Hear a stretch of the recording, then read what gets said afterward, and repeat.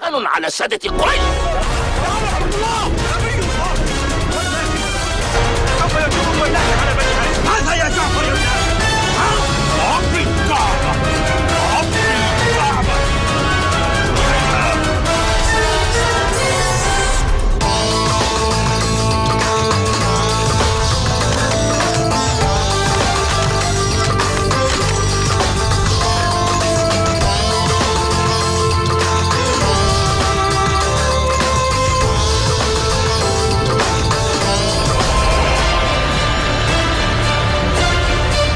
Di usia yang ke-40 tahun, di mana Muhammad Sallallahu Alaihi Wasallam telah mencapai kematangan, Allah Subhanahu Wa Taala mengamanahkan sebuah tugas mulia. Iqra bismi rabbika allazi khalaq, khalaqal insana min 'alaq. Iqra wa rabbukal akram, allazi 'allama bil qalam, 'allama al insana ma lam ya'lam.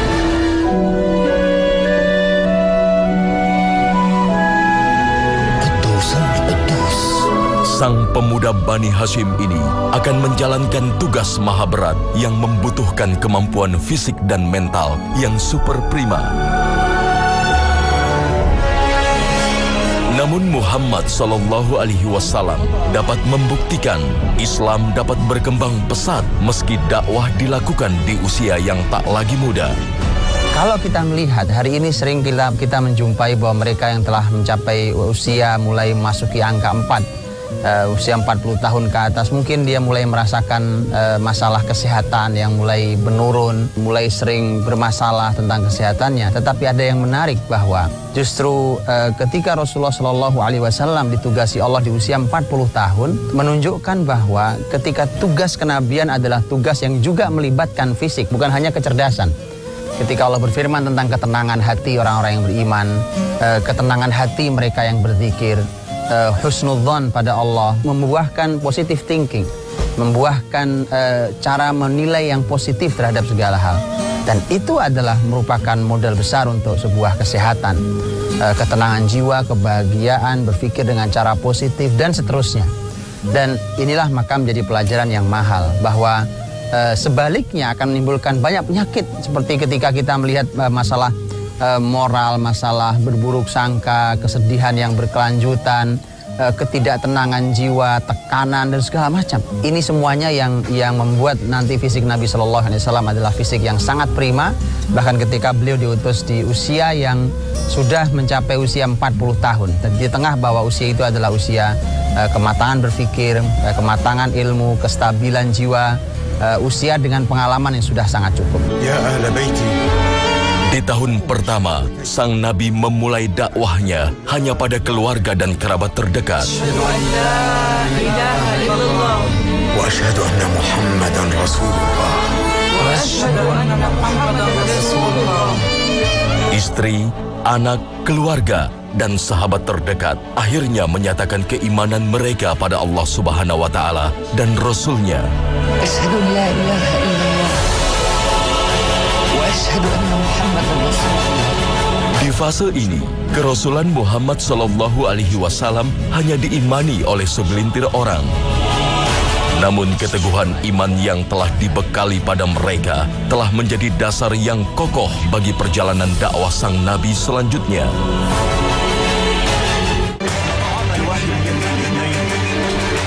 3 tahun setelah dakwah sembunyi-sembunyi yang dilakukan Muhammad Sallallahu Alaihi Wasallam, Allah Subhanahu wa Ta'ala kemudian menugaskan nabinya agar Islam disampaikan secara terbuka kepada masyarakat. Disinilah konflik bermula.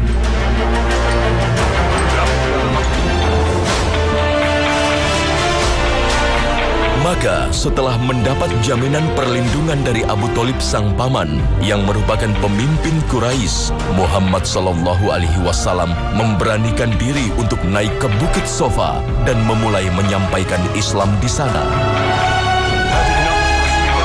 Saat itu seluruh masyarakat Quraisy tahu Muhammad Sallallahu Alaihi Wasallam adalah seorang Al-Amin, orang yang paling jujur dan tak pernah sekalipun berdusta.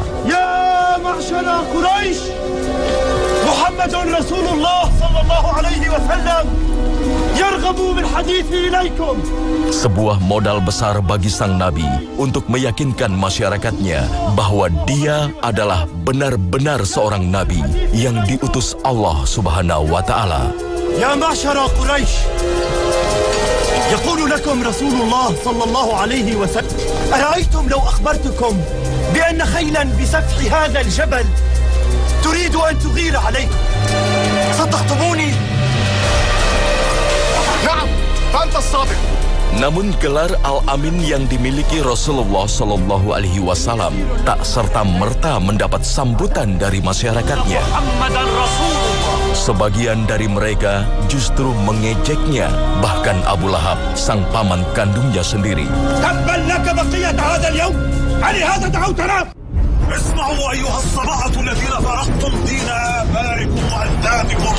Dan benar seperti yang telah diprediksi sebelumnya, Rasulullah Shallallahu Alaihi Wasallam harus menghadapi berbagai kecaman dan aksi penolakan. Bahkan di antara pengikutnya harus menerima siksaan hingga wafat lantaran dianggap telah berkhianat terhadap tradisi menyembah berhala. Inilah kualitas individu yang telah dibina Rasulullah Shallallahu Alaihi Wasallam.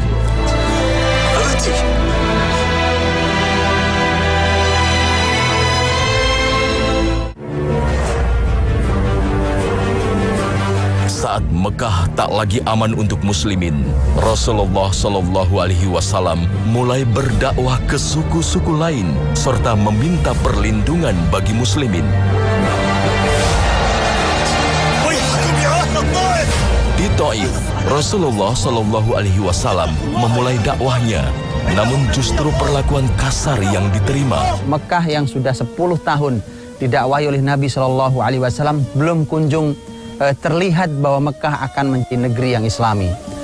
Maka Taif juga merupakan upaya Nabi Shallallahu Alaihi Wasallam. Tetapi masyarakat Taif adalah masyarakat yang menolak. Ketika Islam ini punya para pendukung, mereka-mereka yang bersemangat, mereka-mereka yang menjadi seorang muslim yang sesungguhnya, maka tetap memerlukan sebuah tempat. Tempat ini bukan hanya berfungsi sebagai tempat utama, markas, tempat menggagas, tempat berbicara, tempat hidup bersama. Tetapi yang juga sangat penting adalah tempat untuk mengaplikasikan ajaran Islam. Sehingga nanti menjadi potret. Potret inilah yang nanti akan bisa ditiru di berbagai tempat. Beginilah bertetangga Islami, beginilah mengatur sebuah pasar yang Islami, beginilah mereka mendidik keluarganya dengan cara yang Islami. Kesedihan yang bertubi-tubi dirasakan Rasulullah Shallallahu Alaihi Wasallam tak sedikit pun mematahkan asa sang Nabi Allah.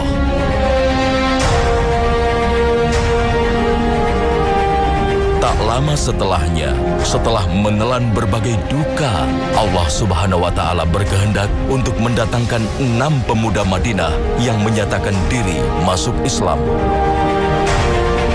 Inilah para pemuda yang kelak akan mengawali kebesaran Islam di Madinah. Asyhadu an la ilaha illallah. Asyhadu an la ilaha illallah.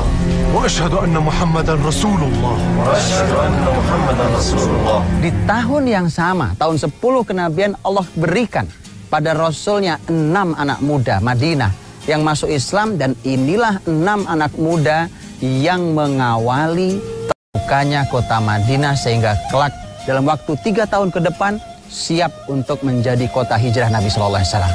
Maka ambillah pelajaran. Bisa jadi hari-hari di mana kita sedang sangat terpuruk, maka cobalah lihat dengan mata optimis, penuh pengharapan pada Allah. Jangan-jangan inilah justru yang merupakan tahun cahaya pertama buat kita, agar orang beriman tidak pernah berputus asa dalam hidupnya. Di tengah-tengah Rasulullah Shallallahu Alaihi Wasallam menyiapkan Madinah sebagai kota muslimin, Rasulullah Shallallahu Alaihi Wasallam melakukan perjalanan Isra Mi'raj untuk menerima perintah sholat 5 waktu. Yaqulu Muhammad, innahu al-layla usriya bihi min Makkah ila Baitul Maqdis, thumma urija bihi ila as-samawati as-sab'a wa 'ad wa ahlu Makkah niyam. قد أقبل أبو بكر أتصدق أنه أسري به من مكة إلى بيت المقدس في ليلة واحدة وعاد؟ إن كان حدث به فقد صدق، فهو والله لا ينطق إلا الصدق. Peristiwa ini menjadi catatan menarik bagi ahli sejarah sebab berbeda dengan ayat-ayat ibadah lainnya yang kebanyakan turun setelah Nabi di Madinah. Perintah sholat justru turun saat muslimin masih berada di Mekah. Hal ini menunjukkan betapa pentingnya sholat sebagai fondasi utama bagi muslimin. Dalam masalah sholat, para ulama mengatakan bahwa Nabi Shallallahu Alaihi Wasallam sudah melaksanakan 2 sholat. Sholat pertama adalah sholat pagi dan sore, itu di awal-awal Nabi menjadi Nabi. Dan sholat yang kedua adalah sebagaimana ayat yang diturunkan dalam surat Al-Muzammil yang merupakan surat-surat yang awal turun kepada beliau. Ya ayyuhal muzammil qumil laila illa qalila niswahu aw inqus minhu qalila aw zid alaihi warattil qur'ana tartila. Diperintahkan Nabi SAW untuk melaksanakan qiyamul lail, untuk bangun di malam hari dan melaksanakan ibadah. Ini adalah yang justru dilaksanakan di awal-awal. Dan setelah itulah maka kemudian ternyata sholat 5 waktu itu diturunkan di menjelang Nabi hijrah ke kota Madinah. Ada satu catatan yang menarik bahwa mengingat data ini maka ini menunjukkan bahwa sholat begitu pentingnya dalam Islam. Begitu pentingnya dalam Islam. Karena rata-rata ibadah itu turunnya di kota Madinah. Tapi dia turun di Mekah. Ini menunjukkan bahwa ada sebuah pondasi yang penting untuk orang dilatih dengan ibadah yang terbesar dahulu.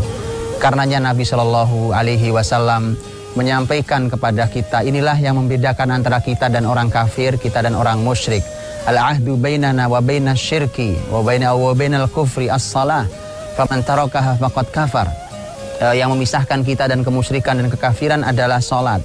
Yang meninggalkannya dia telah kafir. Betapa pentingnya ibadah yang satu ini. Bahkan kalau kita melihat anak-anak kita sudah diminta untuk diperintah salat di usia 7 tahun. Bahkan sudah diminta oleh Nabi untuk ditegasi kalau masih belum sholat di usia 10 tahun. Pada 10 tahun belum balik zaman Nabi. Zaman Nabi laki-laki balik usia 15 tahun.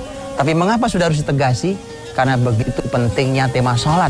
Agar ketika mencapai usia balik, maka sang anak sudah terbiasa melaksanakan sholat dengan tidak berat hati dan tanpa disuruh. 6 pemuda Madinah yang telah menyatakan keislamannya di hadapan Nabi kemudian datang di tahun berikutnya dengan membawa 7 orang tambahan.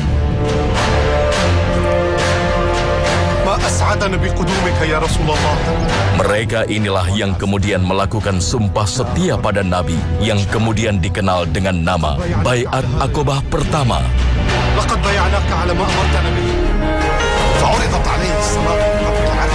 Pertumbuhan muslimin Madinah terus bertambah di tahun berikutnya. Sampai di tahun ke-13 kenabian, Madinah telah siap menjadi kota bagi pusat aktivitas umat muslim. 6 anak muda yang dapatkan Nabi SAW atas izin Allah bahwa 6-6-nya bersyahadat mereka adalah anak-anak muda. Sekali lagi menguatkan kepada kita bahwa di pundak pemudalah peradaban itu dibangun. Kalau kita berkumpul dengan anak-anak muda maka kita bisa berharap kebangkitan sebuah peradaban Islam akan segera menjadi kenyataan. Dan Madinah perlu diketahui dibangun di atas pundak 6 anak muda awalnya. Bahkan kalau kita lihat nama-nama mereka, nama-nama yang bahkan tidak dikenal. Bahkan kalaupun kita cari hari ini dalam biografi mereka, kita akan sangat sulit untuk mendapatkan biografi mereka. Seringkali begitu, bahwa pondasi sebuah peradaban kadang-kadang dibangun bahkan oleh orang yang tidak pernah dikenal. Tidak usah kecewa, tidak usah khawatir, karena memang orang berjuang ikhlas karena Allah Subhanahu wa Ta'ala. Biarlah hanya Allah yang mencatat semua usaha kita. Biarlah hanya Allah yang mengenal kita. Dengan semua upaya Allah tidak pernah tidur, Allah tidak pernah lalai dengan semua kebaikan itu. Dan ternyata benar, keikhlasan itulah yang menghadirkan kebesaran Islam di kota Madinah nantinya. Maka di tahun ke-13 kenabian atau di usianya yang ke-53 tahun, Rasulullah Shallallahu Alaihi Wasallam melakukan perjalanan hijrah dari Mekah ke Madinah. Di usia yang sudah tak lagi muda, fase dakwah Islam yang lebih menegangkan akan segera dimulai.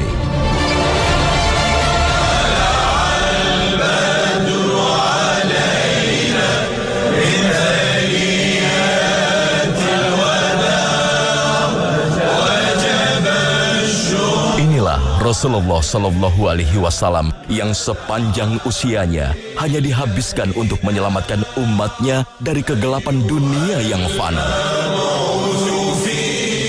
Nabi Shallallahu Alaihi Wasallam yang telah mencapai usia 53 tahun, beliau mendapatkan perintah hijrah dalam perjalanan 500 km kurang lebih.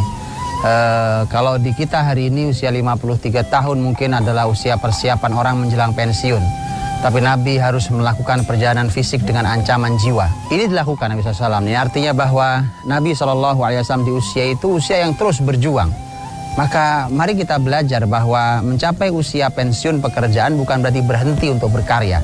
Bukan berarti seseorang kemudian dia merasa sudah tidak terpakai lagi atau dia tidak berguna lagi. Rasulullah SAW bahkan memulai jihad besarnya dengan peperangan Perang Badar itu usia 55 tahun. Terus kalau kita tarik ke belakang, bahkan Rasul wafat di usia 63 tahun. Sampai di ujung kehidupan Nabi Shallallahu Alaihi Wasallam, Nabi tak pernah kenal kata pensiun dalam arti yang salah. Nabi Shallallahu Alaihi Wasallam bahkan sudah saat beliau sakit, saat beliau sudah dalam keadaan lemah, beliau masih terus ingin berbuat kebaikan. Bayangkan, Nabi sakit, demam tinggi, bahkan berkali-kali pingsan. Ketika dalam keadaan badan terasa lebih nyaman, lebih enak, beliau minta dipapah kanan kiri untuk dibawa ke masjid sholat bersama para sahabat, sholat subuh berjamaah. Bayangkan, kita yang masih diberikan Allah kesehatan, kemudian kita bermalas-malasan untuk melaksanakan ibadah pada Allah Subhanahu wa Ta'ala. Tirulah manusia terbaik. Yasrib yang telah berubah nama menjadi Madinah pada awalnya merupakan kota yang penuh dengan konflik. Kehadiran Rasulullah Shallallahu Alaihi Wasallam di kota tersebut membawa keberkahan hingga tercipta rasa persaudaraan dan perdamaian. Di awal kepemimpinan apa yang harus diminta? Menjadi pelajaran buat kita. Yang harus diminta adalah Allahumma ja'al barakatal Madinah dhi'fai Makkah. Ya Allah, jadikan keberkahan kota ini, keberkahan Madinah, 2 kali keberkahan Mekah. Yang diminta adalah keberkahan. Berkah makanannya, berkah kehidupannya, berkah takarannya, berkah timbangannya, sehingga yang sedikit mencukupi dan yang banyak tidak membahayakan. Saat Madinah semakin kokoh sebagai kota muslimin, para musuh mulai melihat Madinah sebagai ancaman.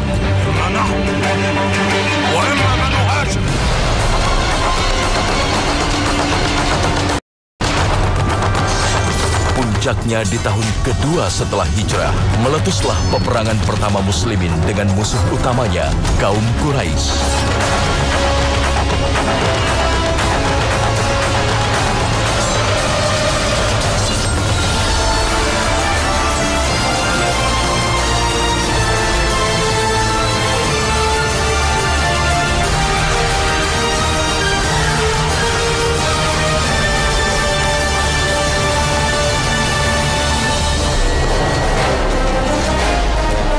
Bahkan di perang-perang selanjutnya, saat kaum Yahudi dan suku-suku Baduy bersatu dengan Quraisy, mereka tetap tak mampu menggoyahkan barisan muslimin. Tahun ke-5 Hijriah menjadi tahun pembuktian kekuatan Islam.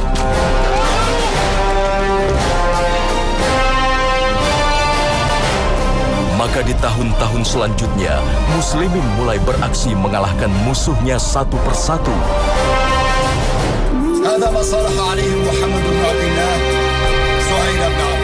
Tahun 6 Hijriah, Quraisy mengakui kekuatan muslimin dengan diadakannya perjanjian Hudaybiyah.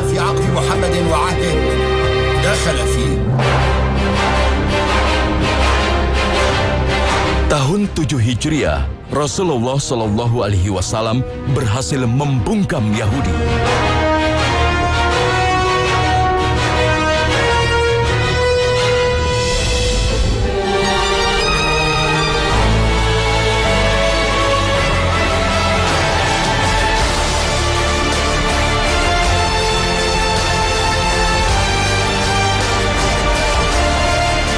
puncaknya di tahun 8 Hijriah, Rasulullah Shallallahu Alaihi Wasallam dengan 10.000 muslimin berhasil meraih kemenangan besar dengan dimusnahkannya kemusyrikan di bumi Mekah.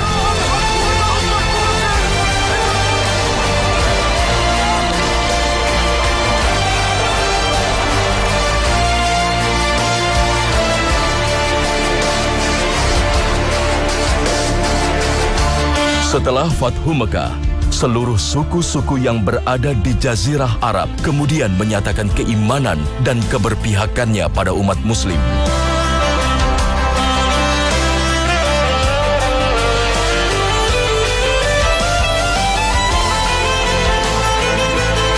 Inilah puncak prestasi Rasulullah Shallallahu Alaihi Wasallam. 23 tahun berdakwah, bermula dari kesendirian, kini seluruh Jazirah Arab telah mendapatkan rahmat dan hidayah Allah Subhanahu wa Ta'ala.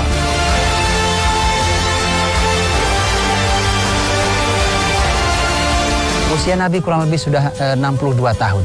Bisa kita bayangkan, usia 62 tahun, berjuang selama 23 tahun, beliau mendapatkan seluruh Jazirah Arab. Sebuah karya yang sangat amat besar, karya sangat agung dari manusia yang agung. Bayangkan usia kita 62 tahun umpamanya, atau siapapun yang 62 tahun, apa yang dihasilkan hari ini. Lihat bagaimana satu Jazirah Arab mendapatkan hidayah Allah Subhanahu wa Ta'ala di usia beliau 62 tahun. Dan begitulah kita harus berpikir, berapa usia kita dan apa capaian kita yang manfaat untuk dunia dan akhirat kita.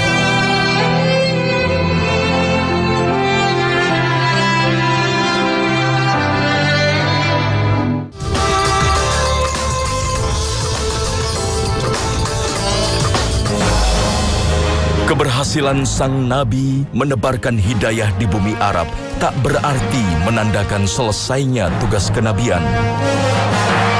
Rasulullah Shallallahu Alaihi Wasallam terus sibuk memikirkan nasib umatnya agar hidayah Allah senantiasa tersebar di seluruh permukaan bumi. Ilmu serta penugasan perluasan wilayah terus diberikan Rasulullah Shallallahu Alaihi Wasallam pada muslimin.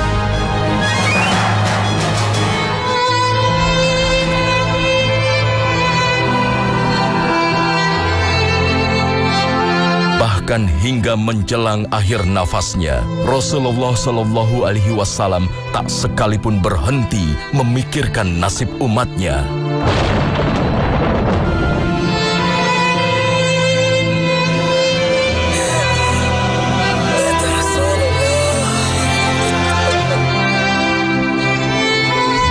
Rabiul Awal tahun 11 Hijriah, di usia 63 tahun, Rasulullah Shallallahu Alaihi Wasallam memilih untuk kembali pada Sang Maha Pencipta.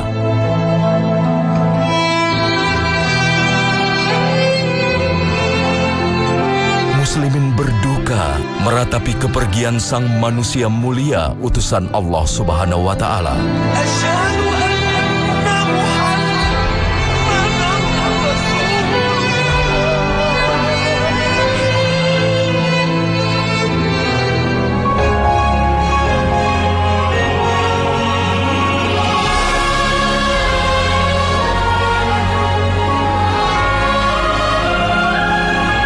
Rasulullah Shallallahu Alaihi Wasallam telah mewariskan cahaya keimanan yang menebar di seluruh muka bumi.